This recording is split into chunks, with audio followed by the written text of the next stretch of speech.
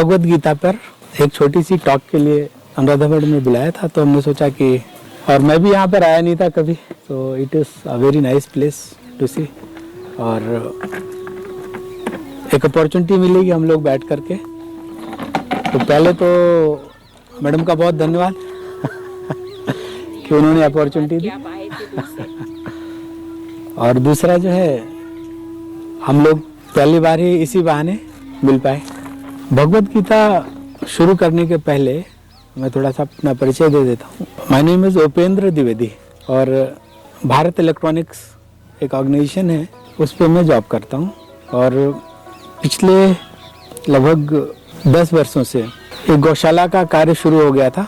और वो कई बार जो है, जब आप कोई काम ना तो प्लान करते हो ना सोचते हो कि वो आप कर सकते हो, पर वो हो जाता है। कैसे हो जाता है, ये चमत्कार है। उसके पहले तो मैं गीता जी से ही जुड़ा हुआ था। एक्चुअली 2000 में मैंने अपनी इंजीनियरिंग करी थी, तो इंजीनियरिंग के समय पे ही इस्कॉन एक ऑर्गेनाइजेशन है जहाँ से जुड़ा हो गया। तो फिर यहाँ पोस्टिंग हो गई गाजियाबाद में, तो जितने भी अपने कुछ इस्कॉन के मित्र रहे तो उनके साथ कनेक्शंस रहा। फिर हम लोगों ने घर में ही हर शनिवार को गीता जी पे कुछ चर्चा शुरू करी। अब गीता पे चर्चा क्या, पुस्तक पढ़िए और डिस्कस करिए, तो पहले ऐसे चलता था। फिर वृंदावन जाना शुरू किया, तो हर महीने गोवर्धन परिक्रमा करने लगे, तो उसका एक नियम हो गया। अब गोवर्धन परिक्रमा करते समय कुछ गौशालाओं में जाना हुआ, तो गौशालाओं में जाने हुए तो गाय से कनेक्शन हो गया। अब गाय से कनेक्शन हुआ तो हमने सोचा कि इनके लिए भी कुछ करें, तो हर बार जाते थे किसी गौशाला में, कुछ थोड़ा मोड़ा जो भी होता था कर देते थे। अब 2016 के एंड की बात है, दिल्ली की कोई अभिनव है मैम, शायद उसके बाद से होलिका फाउंडेशन से जुड़ाव भी हुआ था हमारा। हाँ, मतलब अभिनव का पूरा नाम तो नहीं जानता हूँ, पर अभिनव ने बसौठ गांव का एक वीडियो भेजा था ना, जिसमें बहुत बुंदेलखंड का, हाँ वही है। हाँ, तो अभिनव ने भेजा एक वीडियो, मुझे तो मिला ऐसे ही किसी एक फ्रेंड से, उसमें बहुत गाय मरी थी, और ये महोबा के बसौठ गांव की घटना थी। तो जब इतने गौवंश गाय मरी हुई दिखी, तो हमारे मन में भी ये हुआ कि हम तो गौशाला जाते हैं, गायों के लिए कुछ सोचते हैं, तो हम भी जो है समझें कि समस्या क्या है। पता किया तो हमें पता चला कि मतलब ये जो गायों की डेथ हुई है, और जो ये फोटोज भेजी, ये तो दिल्ली के एक अभिनव है। तो अभिनव का नंबर भी मिला था लालिमा जी से, तो उससे हमने कांटेक्ट किया, बातचीत करी, तो उन्होंने बोला हम यहाँ पे कुछ करने की कोशिश कर रहे हैं। तो हमने कहा चलो हम भी आते हैं। तो मैंने एक हफ्ते की छुट्टी ली, और एक मित्र विकास है, वो आने वाले हैं, वो और 2 और लोग, 4 लोग हम लोग चले गए बसौठ। तो उस समय एक्चुअली फसल के लिए जो समय होता है, रबी की फसल होती है, गेहूँ ये सब बोया जाता है, तो किसानों ने जो खुली गायें थी उनको पैक कर दिया था छोटी सी जगह पे, और खाना पानी नहीं मिला, उसके कारण वो मरी थी। Because the farmers had locked them, schools में कोई भी बिल्डिंग खाली होती थी उसमें बंद कर दे कि हमारे खेत ना खराब कर। And forgot about it. No, they just locked them. वो they didn't have कि कहाँ से खाना डालेंगे उनको, तो ना प्रशासन ने डाला ना गांव वालों ने डाला, तो ऐसे अंदर ही मर गए। तो वो बहुत ही मतलब अगर शुद्ध हिंदी में बोलेंगे तो हृदय विदारक, हाँ बहुत। तो इसलिए हम चले भी गए, पर उस समय तक फसल का समय भी कटने का मतलब कट चुकी थी, तो वो गाय जो बची थी वो छोड़ दी गई थी, जिन्हें मरना था वो मर गए थे। तो स्थितियाँ कुछ ऐसी थी। अच्छा, वहाँ पर जाके एक दूसरी प्रॉब्लम भी पता चली कि जब वो खुली हैं, बाहर हैं, तो रेजरवायर अगर आप जानते हो ऐसे करके ऊपर लगाई जाती है बाउंड्री पे, ब्लेड तार बोलते हैं, बहुत खतरनाक होती है, लगा रखी। हाँ, वो ऐसे नीचे से लगा रखी थी, लगा तो गाय जैसे अब खाने के लिए जाए, वो तो इंसान तो है नहीं कि समझ लेगी, वो गर्दन डाल दे ऐसे, तो पूरा कट फट जाए, कीड़े पड़ करके उनकी डेथ हो रही थी। तो वो एक समस्या बहुत चैलेंजिंग लगी, और हमने सोचा इसमें भी कुछ हम कर सकते हैं क्या। अच्छा, वो हमने समय लगभग 7 दिन का, 1 हफ्ते समय वहाँ पे गुजारा। महोबा तो गए ही, उसके अलावा फिर हमने जालौन देखा, हमीरपुर देखा, बांदा और चित्रकूट, 5 जिले जो है हमने देखे। तो ये समस्या हमें लगी कि एक ये समस्या है, और जब हम जाते थे तो कुछ लोगों से मिलते भी थे गांव में, छोटी छोटी मीटिंग्स करी। तो मीटिंग्स में हमें कुछ ऐसे लोग मिले जिन्होंने हमें ये कहा कि आप भाई ये तो बड़ा मुश्किल है, गाय को अगर चोट लगेगी, कटे फटेगा, तो इलाज तो महंगा है, हम मान लो मेहनत कर भी दें तो इनका खर्च कौन उठाएगा। तो हमने कहा भाई अगर हम खर्च उठा लें थोड़ा सा, तो क्या आप करोगे। तो एक रवि शुक्ला मिले थे, टेढ़ा गाँव है, और वहाँ पर उन्होंने कहा हम कर लेंगे। तो हमने सोचा, तो कुछ पैसे हमने भेजे, उन्होंने शुरू किया, और शुरू किया तो कुछ गाय ठीक भी हुई, अब ठीक हुई तो उन्हें रखे कहाँ, मतलब फिर छोड़ेंगे फिर कटेंगे, तो ये सोच करके सोचा कि जो है तो उनको कहीं दिया जाए। तो हमने मतलब इनको कहीं रखा जाए, सेफ, कहीं सेफ रखा जाए। तो गौशाला जैसा तो कुछ वहाँ था नहीं, तो कुछ किसान ढूंढे हमने कि आप एक गाय को रखिए, हम आपको 1100 रुपये महीने देंगे। ये 2017 के फरवरी मार्च की बात होगी। तो कुछ लोग रेडी हो गए, उन्होंने रखा।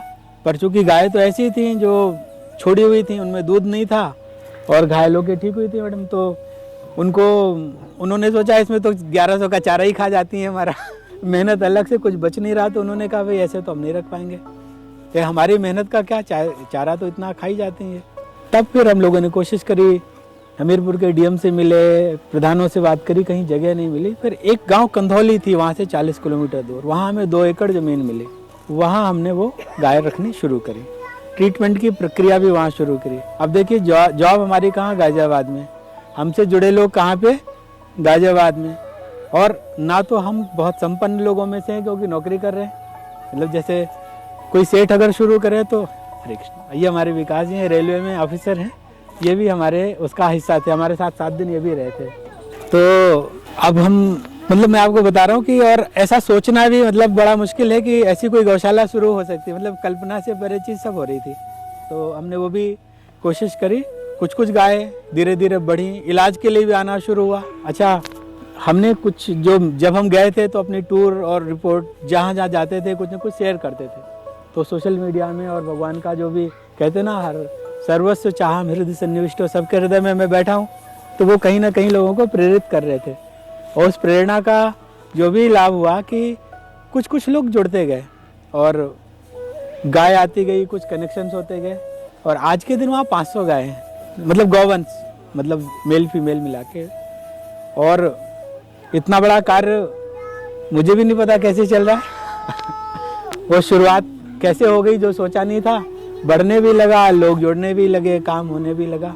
तो जो गीता जी पढ़ते थे, कागज में हम पलटते थे, देखते थे, वो मूर्त रूप होकर के प्रकट होने लगे, है ना। कि हम पहले पढ़ रहे हैं, भाई एक सामान्य व्यक्ति कुछ बहुत ही साधारण लोगों के साथ मिल करके एक ऐसा प्लान जो यहाँ से 500 किलोमीटर दूर हो रहा हो और वो चल भी रहा हो और बहुत अच्छा चल रहा हो। आप उन गायों की हेल्थ देखिए, उनका वैसे देखिए, आपको बहुत अच्छा लगेगा। हमने सिस्टम भी बहुत हट के बनाए, क्योंकि गौशालाओं का एक्सपीरियंस हमने देखा था।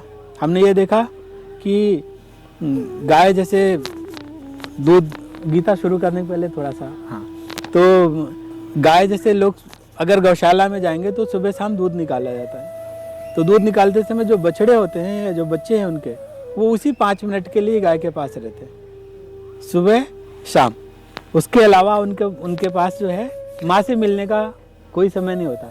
वात्सल्य तो माँ का, गाय का जो है वात्सल्य ही सबसे बड़ा मानते हैं। वत्स, भगवान का नाम ही भक्त वत्सल पड़ा वत्स से, क्योंकि गाय बहुत प्रेम करती है अपने बछड़े से, इसलिए वत्स नाम है। और भगवान को भक्त वत्सल कहते हैं, इसी से जोड़ा गया। और वात्सल्य गाय को ही नहीं कुछ करने को मिला अपने बच्चे को, तो हमें लगा ये ठीक नहीं है। अच्छा, वहाँ की जो गाय हैं उनमें दूध भी नहीं है, ब्याह गई तो उनमें दूध नहीं, क्योंकि वो केंकठा नस्ल है, एक्चुअली केन नदी के किनारे का है। और उनके बैल बहुत अच्छे होते थे, पर बैलों की उपयोगिता रही नहीं, तो गाय भी छोड़ दी गई।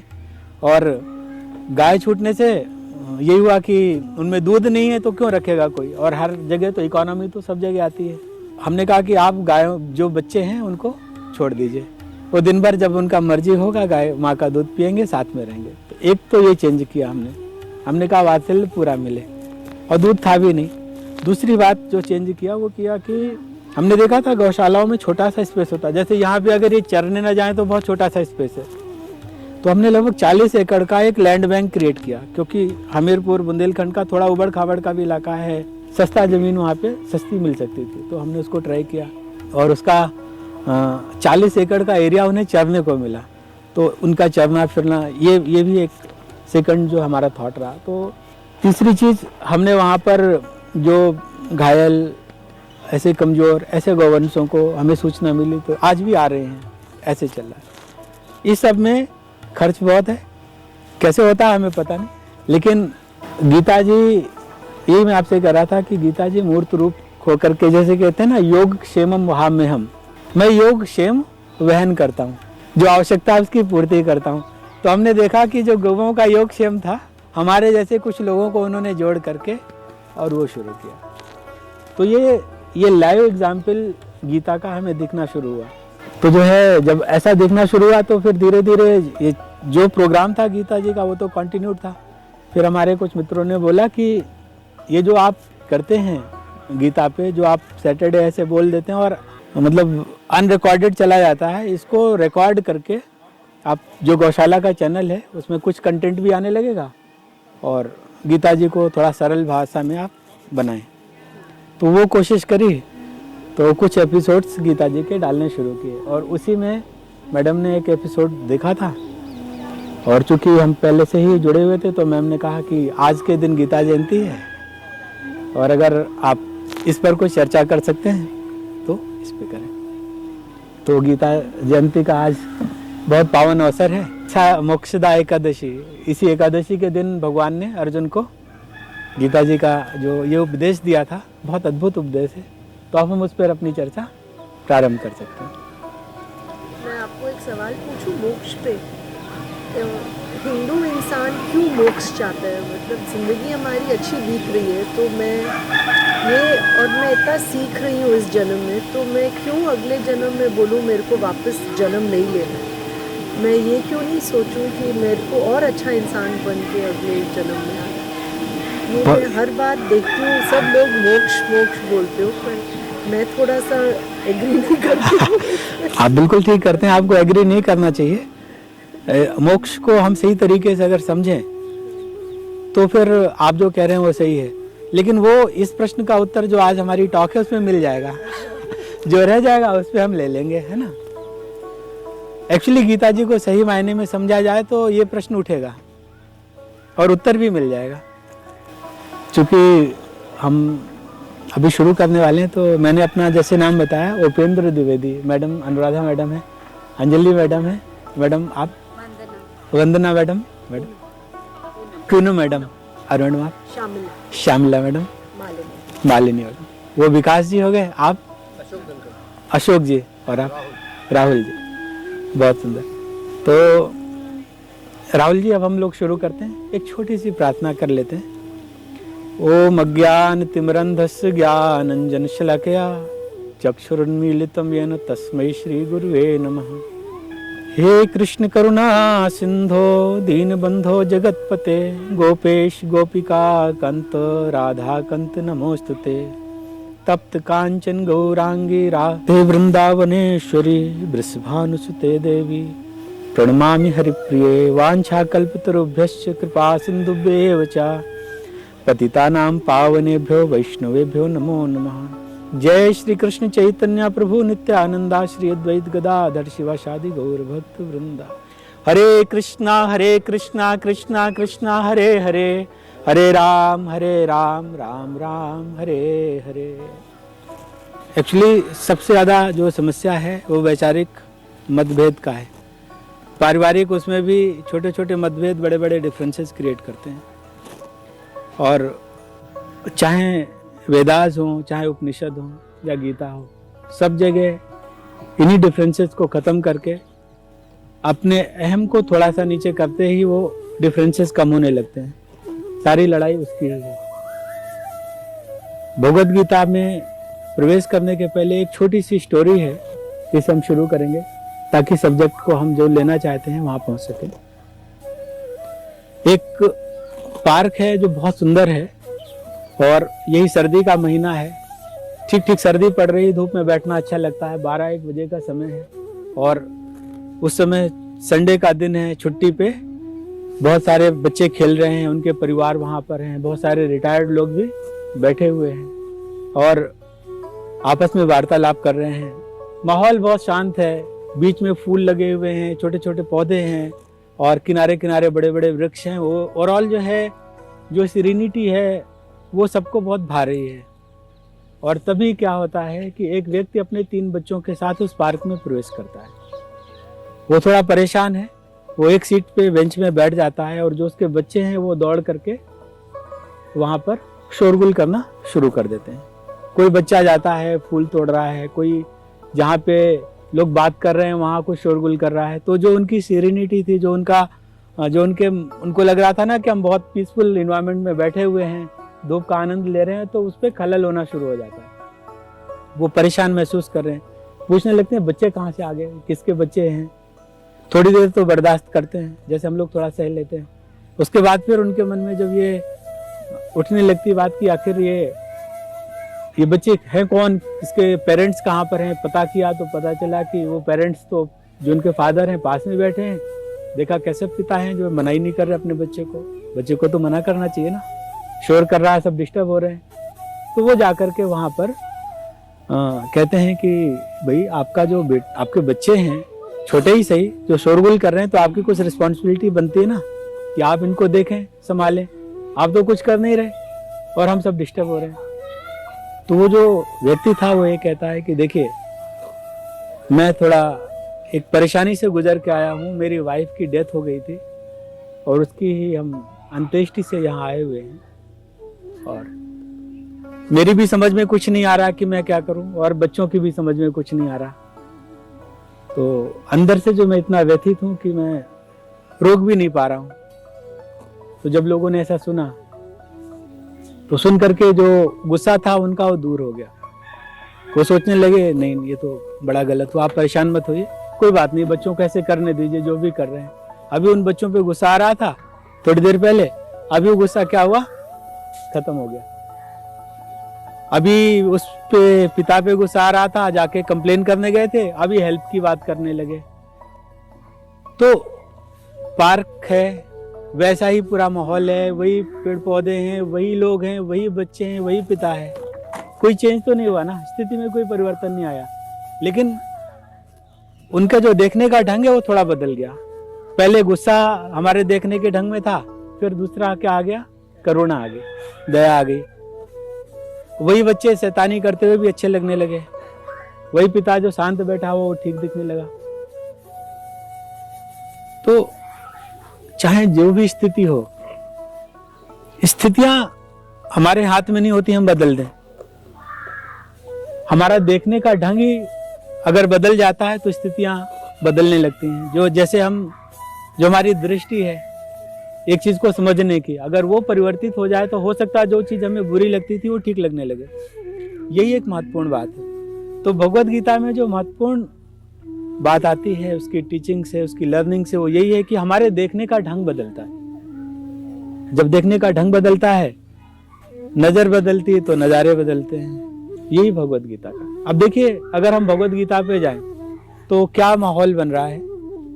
एक युद्ध का मैदान है और उस युद्ध के मैदान में एक तरफ पांडवों की सेना है, एक तरफ कौरवों की सेना है। जगह है कुरुक्षेत्र, और उस पर युद्ध का बिगुल बज चुका है। मतलब अब ये भी नहीं कि युद्ध से पीछे हटने की कोई संभावना है, युद्ध का बिगुल भी बज चुका है। कौरवों की तरफ से भी भीष्म बजा चुके हैं और पांडवों की तरफ से ऋषिकेश यानी भगवान कृष्ण पहले बजाते हैं, फिर पांडव बजाते हैं। इसके बाद अर्जुन क्या कहता है कि मुझे क्या करो, मेरा रथ इन दोनों सेनाओं के मध्य में स्थापित कर दो। कृष्ण कर देते हैं और कहते हैं देखो भाई जिन्हें, और जब वो कहता है तो उसके अंदर बहुत जोश है, महावीर है वो, तो जोश तो होगा ही उसमें, बहुत जोश के साथ जाता है और कहता है मैं देखना चाहता हूं कि जो ये धृतराष्ट्र के पुत्र दुर्योधन की जो मदद के लिए इतने लोग आए हुए हैं कौन, एक बार मेरी नजर भी तो उन पे पड़े। तो जब जाता है और देखता है तो देखता है अरे ये तो भीष्म है, इन्होंने तो मुझे बचपन से खिलाया हुआ था, ये तो गुरु द्रोण है, इनसे ही तो मैं सब सीख करके आया हूँ। और फिर अपनी तरफ भी देखता है, इधर भाई है, दुर्योधन क्या हुआ, गलत है पर भाई तो है। देखने का ढंग जो पहले एक था कि शत्रु से लड़ने जा रहे हैं वो बदल गया, उसमें क्या नजर आने लगा, अपना परिवार नजर आने लगा। और जब नमस्कार प्लीज बैठे, अब परिवार नजर आ रहा है तो जो पहले एकदम धनुष लेकर के वो पूरा एक योद्धा की तरह खड़ा था, अब उसके हाथ कांपने लगे, शरीर कांपने लगा। कहता कृष्ण ये तो मेरे हाथ से मेरा धनुष ही छूट रहा है ना, अभी मैं लड़ने के लिए उद्यत था और अभी मेरा धनुष ही मेरे हाथ से छूट रहा है, मेरा शरीर कांप रहा है, अब तो मैं खड़ा भी नहीं रह सकता। स्थितियां कैसी हो रही, उसी मोमेंट में कुछ देर पहले कुछ सोच रहे थे और कुछ देर बाद स्थिति एकदम बदल गई। मतलब अगर अंतः स्थिति गड़बड़ हो जाए तो बहुत बड़े से बड़ा सामर्थ्यशाली भी डगमगा जाता है। ये एक बात है।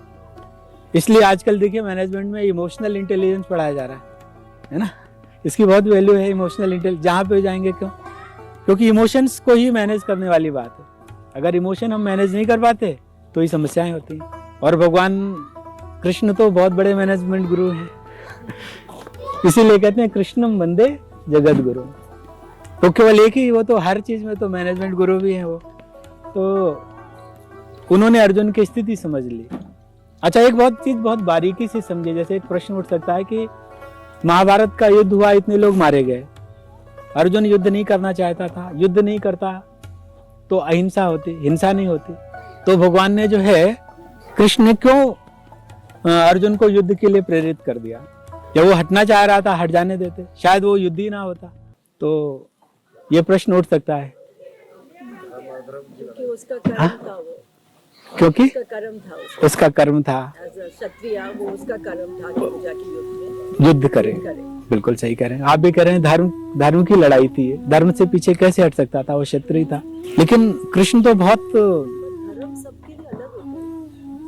आपके लिए जो सही है शायद मेरे को गलत लगे, क्योंकि आप स्क्रिप्चर्स पॉइंट ऑफ व्यू से देखें तो उसमें पर्सनल व्यूज नहीं काम करते। स्क्रिप्चर पॉइंट ऑफ व्यू से स्क्रिप्चर्स में कहीं दिया है कि ये सही है, ये गलत है। आपका प्रश्न बहुत अच्छा है। अभी इसी टॉक में ये इसका भी आंसर मिलेगा। नहीं, ये क्वेश्चन जो उठ रहे हैं बहुत अच्छे हैं। और इस टॉक पे एक्चुअली ये ऐसा ही डिजाइन, एक्चुअली गीता है इतनी प्यारी कि आपके प्रश्नों के उत्तर भी मिलने शुरू हो जाते हैं। देखिए, अगर अर्जुन के मन में ये बात सच में आ जाती ना कि मैं जो सामने खड़े हैं, मैं इनको मारना ठीक नहीं है, तो शायद भगवान कह देते कि मत करो, हट जाओ। अर्जुन क्यों वहां से हट रहा था? क्योंकि वहां देख रहा था ये तो मेरे अपने हैं। अगर अपने नहीं होते तो क्या करता? लड़ लेता ना। तो उसके अंदर अहिंसा नहीं आई है, हिंसा कुछ खत्म नहीं हुई है उसके अंदर। हाँ, तो कृष्ण उसको इसलिए नहीं कहते कि आप पीछे हटो, क्योंकि हिंसा तो आपके अंदर अभी बनी हुई है, सिर्फ आप अपने को देख के हट रहे हो। तो सबसे पहले आप, तो इसलिए उसके प्रश्न को जो है वो देख करके समझना शुरू कर। वो ये नहीं कर रहे फोर्सफुली, कभी उन्होंने निकाल लड़ो। लास्ट में भी यही कहते हैं, देखो मैंने तुम्हें बता दिया, डिसीजन तो तुम्हारा है, यू हैव टू डिसाइड, जो तुम्हें करना है करो। बट तुम जो भी हमारा डिस्कशन था, जो तुम्हारी क्वेरीज थी, दैट आई हैव आंसर्ड। तो यही बात है इसमें। तो अब जब ये अर्जुन की ये स्थिति होती है और ये कृष्ण ये जान जाते हैं कि भाई इसके अंदर वास्तव में एक्चुअली धर्म तो ठीक है, शास्त्र भी ठीक है, लेकिन अभी ये सिर्फ अपनों को देख करके मोहित हो रहा है। तब वो, अच्छा, एक और बड़ी मजेदार बात है, महाभारत के पात्र बहुत प्यारे हैं। आप देखिए दुर्योधन को देखिए, दुर्योधन वैसे बहुत बुरा है, लेकिन जब वो अगर आप दूसरे श्लोक में देखेंगे गीता जी के पहले अध्याय के, तो वो कहते हैं कि द्रोण के पास जाकर के अपने गुरु के पास जाता है और वो कहता है, क्या कहता है कि ये पांडवों की सेना को आप देखिए, जो आपके बुद्धिमान शिष्य धृष्टद्युम्न कौन थे? पांडवों के सेनापति थे।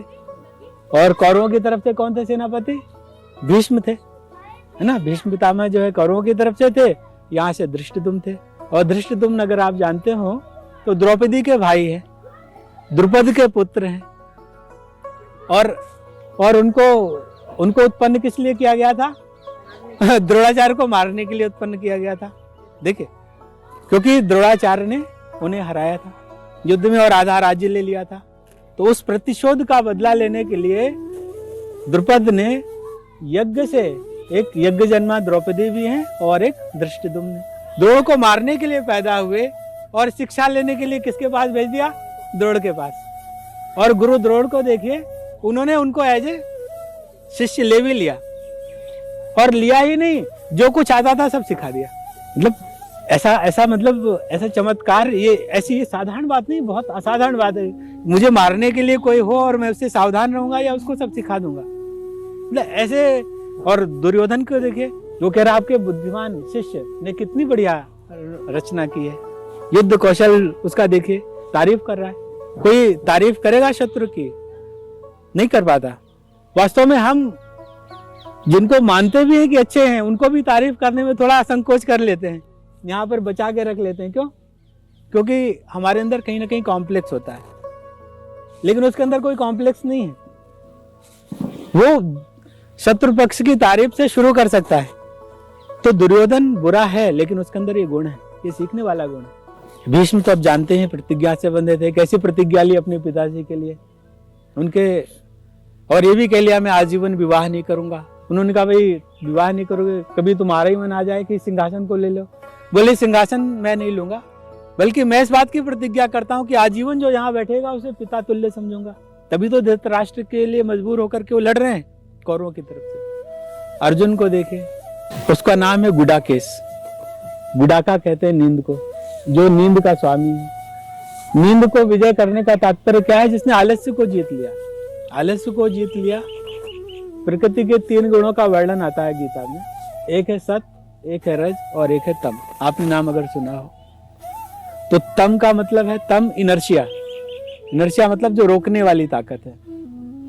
तो आलस्य, नींद ये सब अगर ज्यादा आवे तो समझ लें तम के प्रभाव में है। गति है रज का गुण, पाने की लालसा पे लगातार लगा हुआ है, दिन रात काम कर रहा है, तो रज के प्रभाव में है। और सत है बैलेंसिंग, जो इन दोनों गुणों को बैलेंस कर रहा है। केवल गति गति हो तो बहुत मुश्किल हो जाएगा, तो रुकना भी पड़ेगा। तो कितना गति चाहिए, कितना रोकना है। जैसे कार है तो अगर एक्सीलरेटर है तो ब्रेक भी है अपना। तो ये जो 3 गुण है, तो तम के प्रभाव में अर्जुन नहीं है। एक और अर्जुन की विशेष बात है कि जब पांडव सब लोग, जब पता था कि युद्ध हो सकता है, तो अगर युद्ध होगा तो युद्ध में क्या करना पड़ेगा? अपनी तैयारी करनी पड़ेगी। तो तैयारी के लिए क्या करेंगे? तैयारी के लिए जो भी अस्त्र शस्त्र वो सब इकट्ठा करना पड़ेगा। तो उसको इकट्ठा करने के लिए अर्जुन कहाँ जाता है? देवलोक जाता है, क्योंकि वहां पर उसको कौन से शस्त्र मिल सकते हैं? दिव्य शस्त्र मिल सकते हैं, और वो दिव्य शस्त्रों के कारण वो युद्ध आसानी से जीत सकता है, और उसको दिव्य शस्त्र मिले भी। लेकिन उस अर्जुन ने पूरी महाभारत में कहीं दिव्य शस्त्र का प्रयोग किया? नहीं किया। जबकि विराट के युद्ध में एक दिन में सबको हरा चुका था, अकेले हरा, महावीर है, सबको हरा सकता था। इतना छल कपट युद्ध में चला, लेकिन उसने इस्तेमाल नहीं किया। और वही अर्जुन जब वहां पर था तो इंद्र ने कहा कि भाई तुम्हें क्या सीखना चाहिए? नृत्य भी सीखना चाहिए, क्योंकि ये तुम्हारे काम आएगा। तो अर्जुन नृत्य को भी सीख रहा है, समझ रहा है, जो अप्सराएं नृत्य कर रही हैं उनको देख रहा है। उर्वशी, अच्छा स्वर्ग में भी अप्सराओं के विभाग हैं, जो सर्वश्रेष्ठ अप्सराएं वो उर्वशी हैं। तो रंभा, मेनका ऐसा बना हुआ है। तो उर्वशी जो है सौंदर्य में सबसे आगे हैं। एक उर्वशी जो है वो अर्जुन पर मोहित होती हैं और उनसे प्रेम के लिए निवेदन करती हैं, और अर्जुन उनको कहता है हे माते, मैं तो आपको मात्र दृष्टि रखता हूँ। काम के परे यानी रज के परे, तम के परे सत में तिष्ठ एक व्यक्ति है अर्जुन। तो अर्जुन की ये विशेषता है। मतलब अगर हम देखें तो अर्जुन, जो भी हमारे पात्र हैं, कृष्ण तो है ही है। अगर श्री कृष्ण के लिए कहें तो क्या है? ईश्वरः परमः कृष्ण सच्चिदानंद विग्रह अनादिर आदि गोविंद सर्व कारण कारणम। सर्व कारण कारणम, he is cause of all causes. भगवान भगवद गीता में कहते हैं कि अहम सर्वस्व प्रभुः मत्तः सर्वम प्रवर्तते। ये सब मेरे से ही उद्भूत हुआ है। आदि मतलब सबका कारण तो वो है, सबका स्टार्ट वो है। अनादि, उनका स्टार्ट कोई नहीं है। ऐसे श्री कृष्ण को डिफाइन किया गया है। अब कृष्ण है, अर्जुन है, और ये हमारे पात्र हैं। इनको समझने के बाद अर्जुन की स्थिति होती है, युद्ध के बीच मैदान में वो अपना धनुष रख देता है और बैठ जाता है। तब अर्जुन से मुस्कुराते हुए कृष्ण कहते हैं कि कुतस्त्वाकस्मलिदम विस्मय समुपस्थितम, कि ऐसी विषम स्थिति में, युद्ध की स्थिति में तुम्हारे अंदर ये कलमस ये कहां से आ गया? ये सब उल्टे पुल्टे विचार कैसे आ रहे हैं? युद्ध नहीं करोगे। अनार्य जुष्टम अस्वर्गम, अरे श्रेष्ठ लोगों को, तुम तो इतने श्रेष्ठ हो, श्रेष्ठ लोगों को ऐसी चीजें कहीं शोभा देती, कैसे कर रहे हो तुम? तीखे शब्दों में कहते हैं उनको, क्लेव्यम वाम स्मगमः पार्थ। क्लीवता मतलब नपुंसकता को प्राप्त हो रहे हो तुम क्षत्रिय महावीर हो, कैसी बातें कर रहे हो? और कहते हैं क्षुद्रम हृदय दौर्बल्यम त्यक्त उत्तिष्ठ परंतप, अपने हृदय की शुद्ध दुर्बलता को त्यागो और हे वीर खड़े हो जाओ। तो हमारे हृदय की जो शुद्ध दुर्बलताएं ही हैं जो हमें क्या करती हैं, कमजोर करती हैं। और भगवान क्या कह रहे हैं, अपने हृदय की शुद्ध दुर्बलता का, ये इमोशनल कंट्रोल नहीं है जो हम इमोशंस में बह जाते हैं और छोटी सी चीज, किसी की थोड़ी सी चीज हमें बुरी लगने लगती है, किसी ने कुछ कह दिया और छोटी छोटी बातें बड़ी बनने लगती हैं, डिफरेंसेस क्रिएट होते हैं। तो ये कहाँ से आ रहा है? ये वही शुद्ध दुर्बलता है जो हम सबके अंदर भी समय समय पर आती रहती है। और जब भगवान कहते हैं त्यक्त उत्तिष्ठ, तो कहते हैं इसको छोड़ दो और समझो कि इससे तुम्हारा ज्यादा कोई संबंध नहीं है, तुम इससे क्या हो, परे हो। यही अर्जुन से कहते हैं। अर्जुन कहता मैं कैसे मारूं, ये मेरे गुरु हैं, मैं इनका वध नहीं कर सकता। तो कृष्ण क्या कहते हैं, अरे तुम वध कैसे कर सकते हो, वध तो हो ही नहीं सकता। बोले ऐसा कोई समय नहीं था जब मैं नहीं था, तुम नहीं थे, ये राजा लोग नहीं थे, जो वो तो हमेशा से थे, हम सब सदैव से थे, तो तुम मारोगे किसे? दो हैं, एक है जो शाश्वत है और एक है जिसे नष्ट होना ही है। शरीर है जिसे नष्ट होना ही है और शाश्वत कभी समाप्त हो नहीं सकता, तो तुम मारोगे किसे? और जिसे नष्ट होना ही है उसे तुम रोक नहीं सकते, आज नहीं तो कल वो तो समाप्त होना ही है। और जो है शाश्वत है उसे तुम मार नहीं सकते, किसी अस्त्र से नहीं मार सकते। और जो शाश्वत है उसको ही आत्मा का। और बोले ये जो है ये आत्मा क्या है, ये इसको एक वस्त्र मिला हुआ है। ऐसे अनेक वस्त्र हैं, जितने भी तरीके के जीव हैं उतने तरीके के वस्त्र हैं। और जब ये वस्त्र पुराने हो जाते हैं, वासांश जीर्णान यथा भी है, बड़ा सुंदर श्लोक है। बोले पुराना हो गया, रुग्ण हो गया, काम का नहीं हुआ, तो इसको छोड़ेगा और दूसरा शरीर पकड़ लेगा, फिर वही नवीनता, वही कोपल, वही छोटे से पौधे की तरह खिलेगा और बढ़ेगा। कहते देहिनो अस्मिन यथा देह, उसी चीज, ये जो देही है, जो आत्मा है शरीर के अंदर, वो देह में स्थिर है। कौमारम यौवनम जरा, और कौमार कुमार अवस्था, यौवन जरा, ये सारी अवस्था किसकी आ रही है? शरीर की आ रही है। तथा देहांतर, उसके बाद क्या हो रहा है? शरीर का अंतर हो रहा है, देह का अंतर हो रहा है। तो जो धीर है तत्र न मोहयति, उससे मोहित नहीं होता, उसको समझ जाता है ये परिवर्तन है, ये होने वाले हैं, इसको टाला नहीं जा सकता, ये शरीर की अलग अलग समय की अलग अलग स्थितियां हैं, तो उससे वो मोहित नहीं होता। तो तुम मोहित मत हो। और तुमको ये लगता है कि अगर तुम मारोगे तो तुम्हें पाप लगेगा, अगर तुम्हारे द्वारा ये शरीर नष्ट होता है तो पाप लगेगा। किसी के शरीर के अंत का कारण बनते हो तो तुम्हें लगता है कि तुम्हें पाप लगेगा। तो एक ऐसी चीज है जिससे तुम्हें पाप नहीं लगेगा, और उसको भगवान ने सांख्य दर्शन का इंट्रोडक्शन किया है अध्याय 2 में गीता में। मैं थोड़ा टच करते हुए चल रहा हूँ ताकि थोड़ा एक इंट्रोडक्टरी गीता हमें समझ में आवे। तो एक तो एनालिटिकल उससे आत्मा को समझाते हैं कि देखो तुमको लगता है तुम मारोगे तो तुम मार तो नहीं सकते, जो मर नहीं सकता उसे तुम मारने की बात कर रहे हो, और जो मर रहा है, जो समाप्त होगा, लग रहा है पाप होगा, तो अगर तुम इस भावना से युद्ध करोगे कि मुझे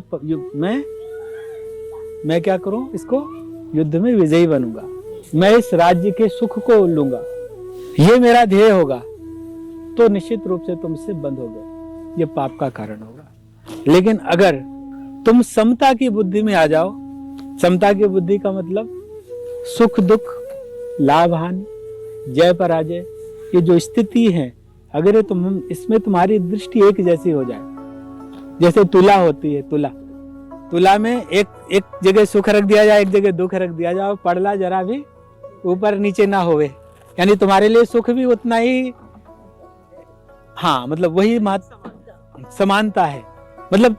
और वो कब होगा?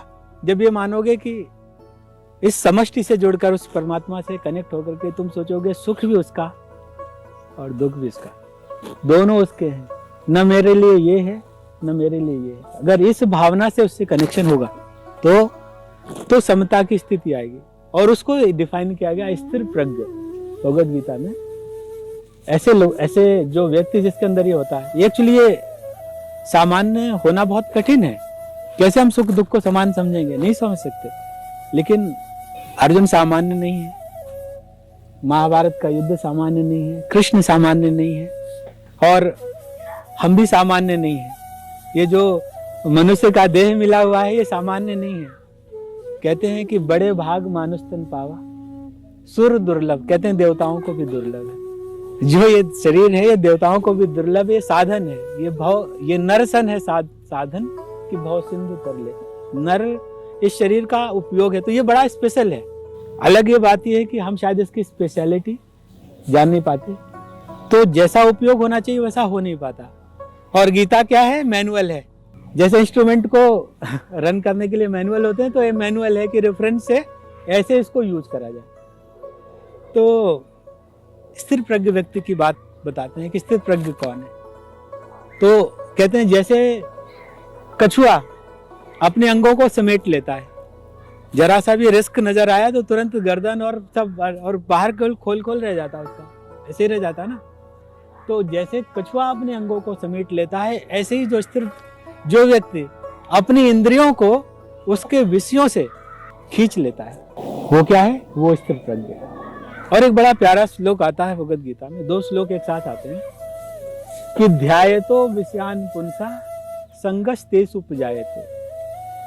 जब किसी विषय की कामना होती, जब कोई चीज लगता है, ये आंखों ने कोई दृश्य देखा उसको देखना चाह रहा है, जीवा ने कोई भोजन देखा उसका टेस्ट का मन हो गया, और कान है कुछ सुनना चाह रहे हैं, तो ये तो जैसे ही कोई विषय दिखा और उसको देखने सुनने पाने की जो इच्छा जागृत हुई, ध्यायतो विषयान पुंसा संगस्तेषु, संग कहते हैं आसक्ति को, तो उसको पाने की आसक्ति धीरे धीरे मन में आने लगती है।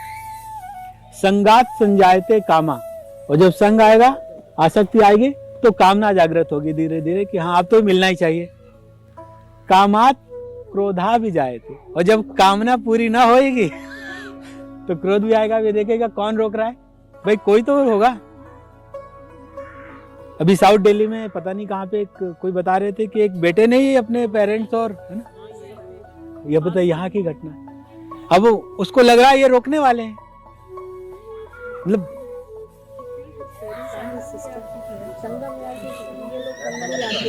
बताइए यहाँ की घटना है। वैसे किसी ने बताया था, मुझे पता चला था। तो ये अभी देखिए ऑब्सेशन की पोजीशन आ रही है। कामात क्रोधा भी जाते, क्रोध हो गया, क्रोधात बहुत सम्मोहा। अब क्रोध इतना बढ़ता है कि ऑब्सेस्ड हो जाता है, मतलब अब तो मतलब कुछ भी कर गुजरेगा, मतलब अपने लिए भी कर सकता है। लोग आत्महत्या कर लेते हैं, लोग दूसरों को मार देते हैं, इस लेवल तक पहुंच जाए। और किसी को नहीं, अपनों को, जिनसे इतना नेह होता है, जिनसे इतना जुड़ाव होता है, जिनके साथ सारे मतलब जिनके लिए कुछ सोचने में भी डर लगेगा, उन्हीं पे कभी कभी इतना हार्म कर सकते हैं। सम्मोहात स्मृति, जब ये तो स्मृति का भ्रंश हो जाता है, अपना पराया कुछ दिखना बंद हो जाता है, फिर कुछ नहीं दिख रहा है। स्मृत नाशाद बुद्धि नाशो, बुद्धि का नाश हो गया, और फिर कुछ भी कर गुजरा, मतलब पतन। ये जो मनुष्य तो लेके पैदा हुआ था, लेकिन सबसे जो नीचे स्थिति का भी जो पशु होगा उससे भी नीचे पहुंच जाएगा, एकदम आसुरी वृत्ति इसी शरीर में आ जाएगी। तो एक्चुअली ये शरीर ऐसा अद्भुत है कि इसमें आप कितना भी ऊंचा उठ जाओ, ईश्वरत्व को पा जाओ, और कितना भी नीचे घुस जाओ, पूरा आसुरी वृत्ति को ले आओ। ये दोनों ही चीजें इसी के अंदर जो है मौजूद है। और ये बात जो है, यही बात यहाँ पर भगवान समझाए। तो ये बोले ये स्थिति को समझो, और समझने के बाद जो इसको समझता है और विषयों से पहले ही अपने आप को खींच लेता है, इसके पहले कि उससे संग हो, कामना आए और ये स्थिति में पहुंच जाए। क्योंकि एक बार वो साइकिल में घुस गया तो निकलना मुश्किल है, तो पहले ही रोको। शुरुआत में रोकना आसान है, शुरुआत में वो छोटा सा असर है, शायद पता भी नहीं चलेगा, लेकिन बाद में ज्यादा हम बंधते जाएंगे, क्योंकि वो रस्सी का बंधन बढ़ता जा रहा है और मोटी होती जा रही है ना। तो जब स्थिर प्रज्ञ की बात करी, समझाया, बोला समता का ज्ञान की दृष्टि से तुम देखोगे तो तुम तो फिर तो अर्जुन भी मजेदार है, कोई साधारण तो है नहीं, बहुत बुद्धिमान है। उसने सोचा कि मैं तो युद्ध नहीं करना चाहता, नया फार्मूला फेंक देता है कृष्ण पे। वो कहता है जी अभी तो आप कह रहे थे कि ये जो ज्ञान है समता का, ये तो बहुत अच्छा है ना। तो अगर ज्ञान कर्म से श्रेष्ठ है तो मुझे क्यों लड़ाना चाह रहे हो इस युद्ध में मुझे क्यों ले जा रहे हो, मुझे मत ले जाओ, मैं तो यही ठीक हूं ना। और आप कह रहे हो बंधन नहीं लगेगा, समता से काम करोगे, बंधोगे नहीं, तो बंधन तो अगर नहीं करूंगा तो पक्का ही नहीं लगेगा, है ना। तो जब वो ऐसी बातें कहता है तो कृष्ण फिर उसको समझाना शुरू करते हैं कि देखो भाई, अभी समझो अगर तुम सत्य जानना चाहते हो तो इसके दो रास्ते हैं, एक है ज्ञान का रास्ता और एक है कर्म का रास्ता। लेकिन कर्म कैसा हो, कर्म को डिफाइन करते हैं वो भगवद गीता के दूसरे अध्याय में, जहां कहते हैं योगः कर्मसु कौशलम। अगर कर्म आपका इतनी कुशलता से होने लगे कि वो योग बन जाए, कर्म की कुशलता योग बन जाए। कर्म की कुशलता, योग का क्या मतलब हुआ? कर्म इतनी कुशलता से किया जाए कि कर्म का बंधन ना हो। एक्चुअली बांधने वाला कौन है? ये कर्म ही है। और खोलने वाला कौन है? ये कर्म ही है। एक बड़ी खास बात है, कर्म ही है जो बांध सकता है, कर्म ही है जो खोल सकता है। जो आप मोक्ष की बात कर रहे थे ना, अगर वो रस्सी खुल गई, वो रस्सी इनविजिबल है, दिख नहीं रही है ना, हमें दिख तो नहीं रही रस्सी, लेकिन रस्सी है, हमने बांध रखा है। कैसे बांध रखा है? शरीर है, शरीर में जो अहम बुद्धि है कि मैं ये शरीर हूं। जैसे मैं बोलता हूँ उपेंद्र द्विवेदी, तो किसको उपेंद्र द्विवेदी बोलता हूँ? शरीर को ही तो बोलता हूँ। फोटो भी इसी की लगती है, लेकिन उपेंद्र द्विवेदी ये बॉडी में तो 10 चीजें, हाथ पैर मुंह पूरा शरीर ही है। वो निवास कहाँ करता है? और फिर ऐसा कौन सा चीज है जब शरीर से वो घटक कम हो जाता है तो शरीर का हिलना डुलना देखना सब बंद हो जाता है? आज कोई ऊर्जा है जिससे पूरा शरीर क्या है? ऊर्जावान है, चल रहा है, सोच रहा है, बोल रहा है, हर चीज चल रही है। और वही एक घटक कम हुआ, शरीर में तो कोई अंतर नहीं आया, वही का वही नाक नक्श है, लेकिन कुछ भी नहीं हो पा रहा। तो वो शरीर से पृथक एक बात जो भगवान ने भगवद गीता के 2nd चैप्टर में बताई कि एक स्थूल शरीर है और एक ही आत्मा है जो उसको ऊर्जा दे रहा है। एक मन बुद्धि अहंकार की बात आती है कि ये क्या है? सूक्ष्म शरीर है। आत्मा को बोला गया बहुत प्योर है, जैसे मैं सच्चिदानंद हूं, मेरा अंश होते हुए वो भी सच्चिदानंद है, शाश्वत है, आनंदमय है। आनंदमय फिर दुख काहे को? बोले दुख इसलिए आ गया क्योंकि उस आत्मा ने अपने को क्या कर लिया, ये जो है बॉडी से अपने को इस तरीके से कनेक्ट कर लिया और इसको ही स्वयं मान करके इसको अहंता कहा। और फिर इससे जो जुड़ा संबंध है, चाहे व्यक्ति का हो या वस्तु का है, उसे ममता बोला गया, मेरे बोला गया कि ये मेरा है।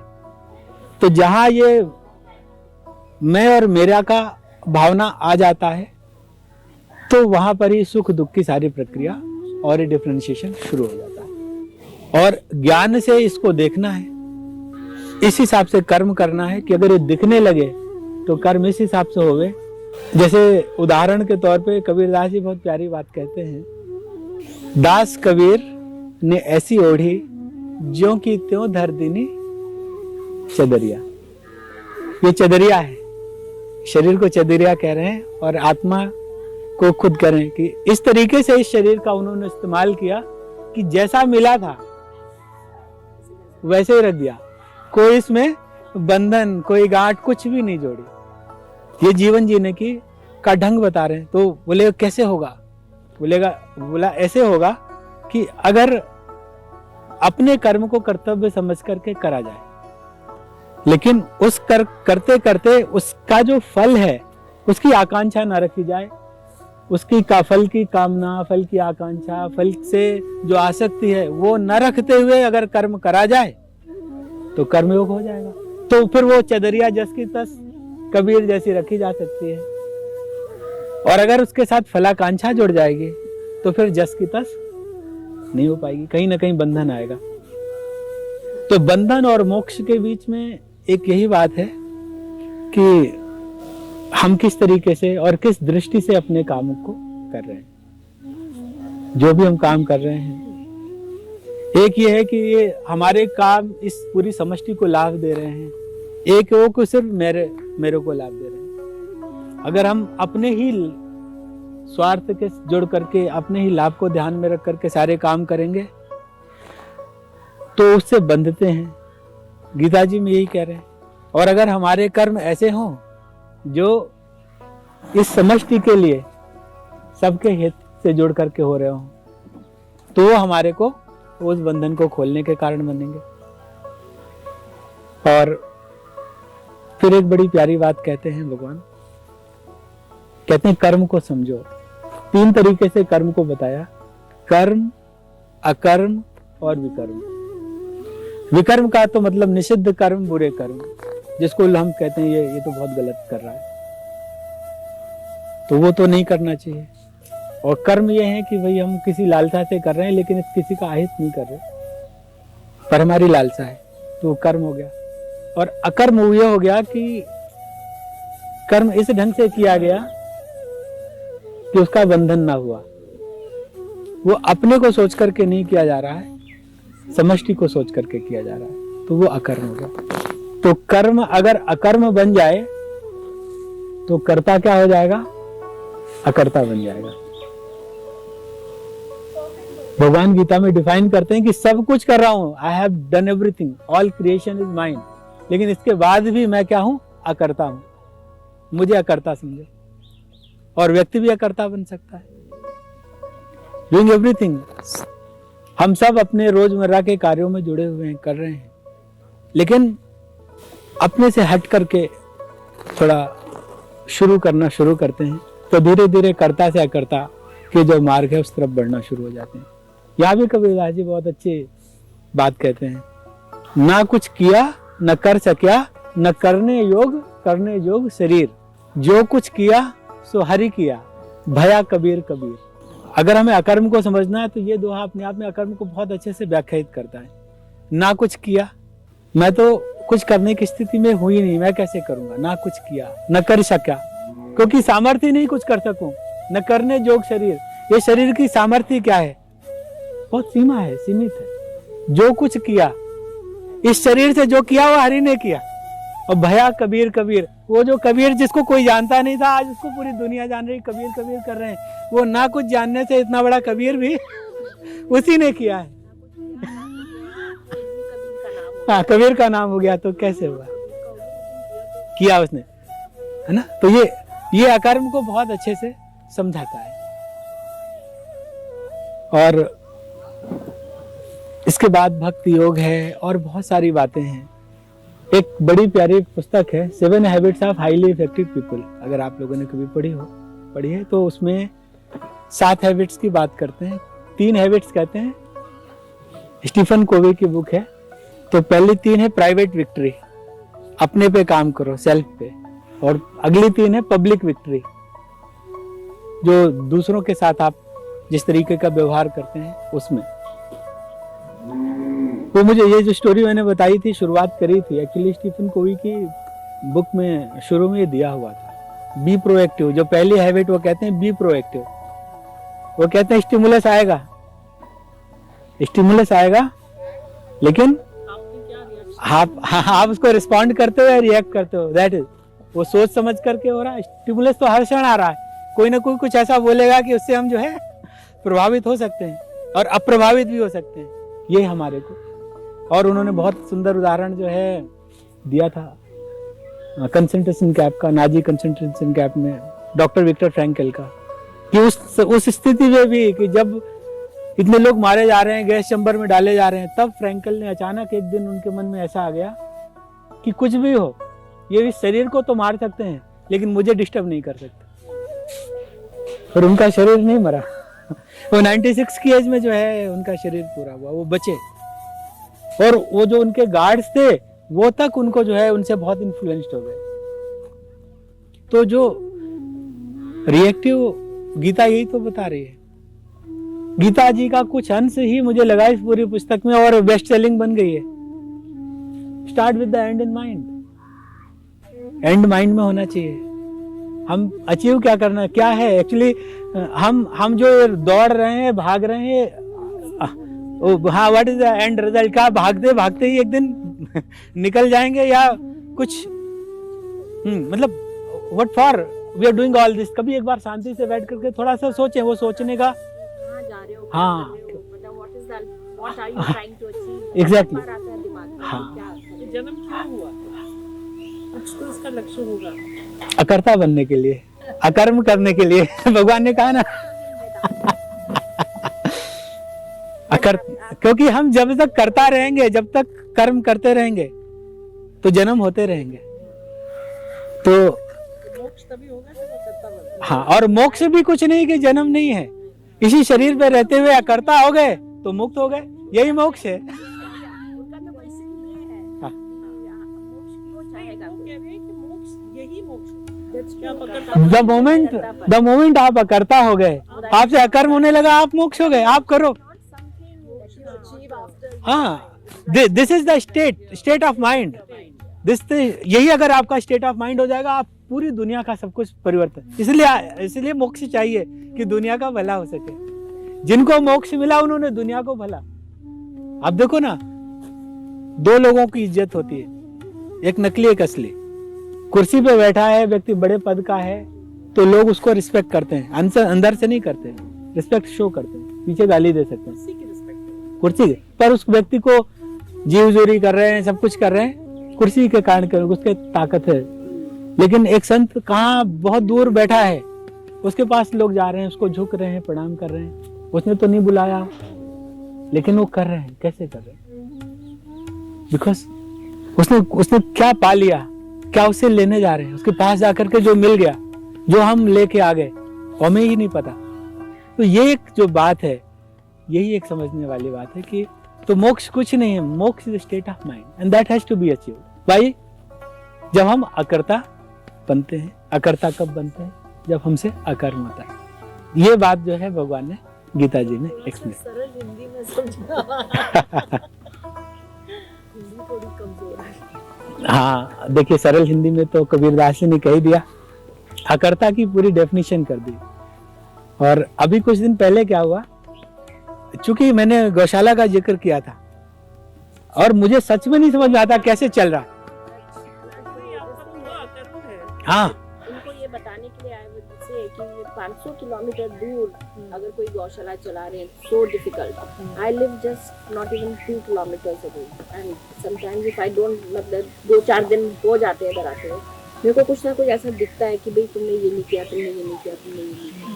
सिंपल चीज, बिकॉज एकदम स्टाफ के ऊपर छोड़ दो ना, पानी नहीं डालेंगे, चारा का सफाई नहीं करेंगे, कोई गाय ठीक नहीं हुई वो नोटिस नहीं करेंगे। तो ये इतने दूर गौशाला चलना इज नॉट इजी। मैंने इनको पूछा आप कौन चला रहे थे, बोले मैनेजर लगा। मतलब इतना अच्छा आपको मैनेजर मिल गया कि जो ऐसे चल गया। एक्चुअली ये सब चमत्कार है, भगवान सब कुछ करते हैं, हरि कर। यही तो चमत्कार है। अच्छे लोग और जो वहाँ पे गौ सेवक हैं इतनी भावना से करते हैं। कभी आप समय निकले, कभी आप जाएं, आपको देखेंगे, बहुत आनंद आएगा जब हम कभी जाते हैं।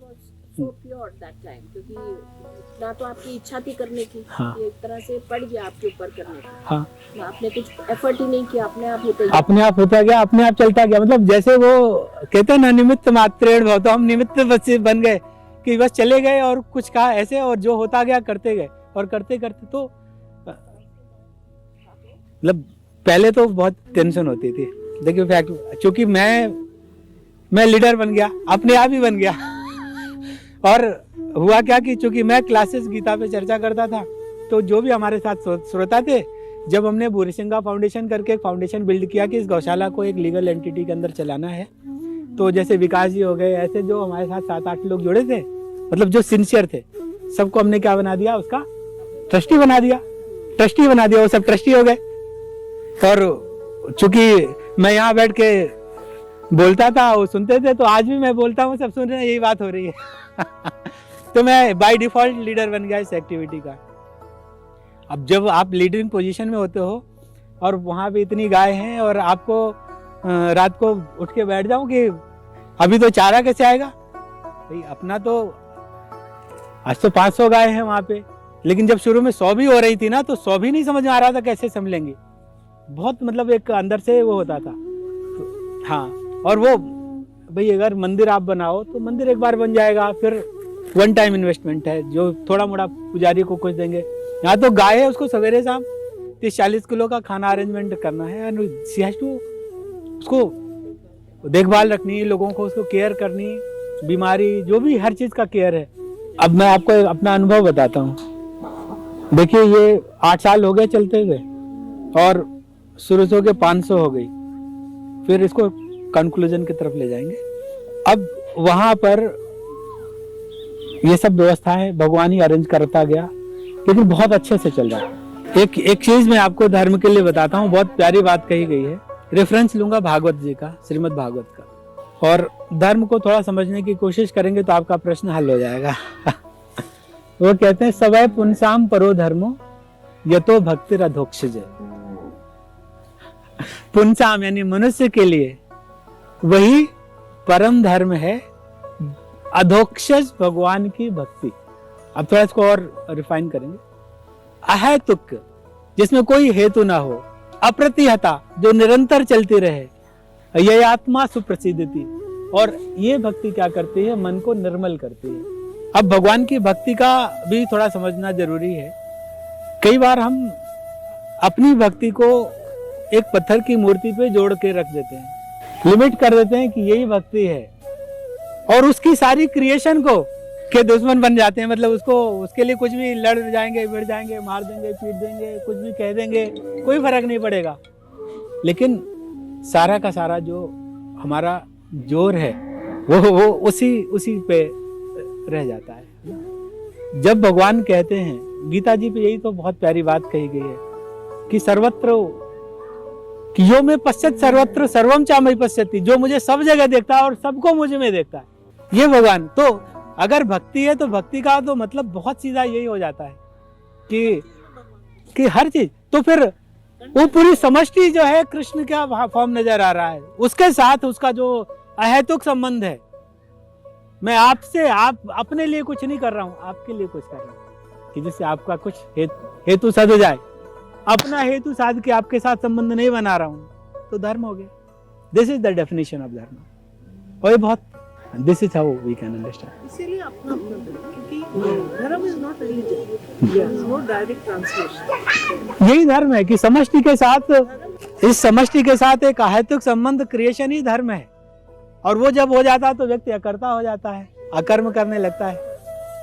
तो भगवत गीता पे मैंने बहुत छोटे से में पूरा एक सागर को एक बूंद में समेटने की कोशिश करी और आपसे डिस्कस किया। समय की भी सीमा है, एक प्रोग्राम गाजियाबाद में भी है एक्चुअली शाम को, इसलिए तो कोई बात नहीं, वहाँ थोड़ा मैं बोल दूंगा। ये तो था मेरी तरफ से। कुछ आपके अगर कुछ प्रश्न हो तो उन पे चर्चा कर सकते हैं।